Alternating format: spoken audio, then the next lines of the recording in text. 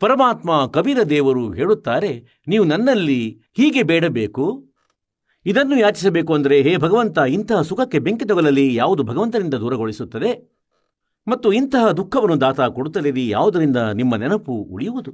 ಇದನ್ನು ಡಿಮಾಂಡ್ ಮಾಡಬೇಕು. ಒಂದೊಮ್ಮೆ ಏನಾದರೂ ಬೇಡುತ್ತಿದ್ದರೆ ಭಗವಂತನಿಂದ ನೀವು ಇದನ್ನೇ ಬೇಡಬೇಕು. ನಂತರ ಎರಡನೇದಾಗಿ ಏನು ಬೇಡಬೇಕು?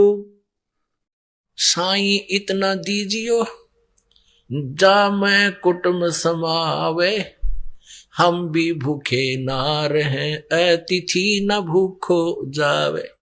ಅಂದರೆ, ಹೇ ಪರಮಾತ್ಮ,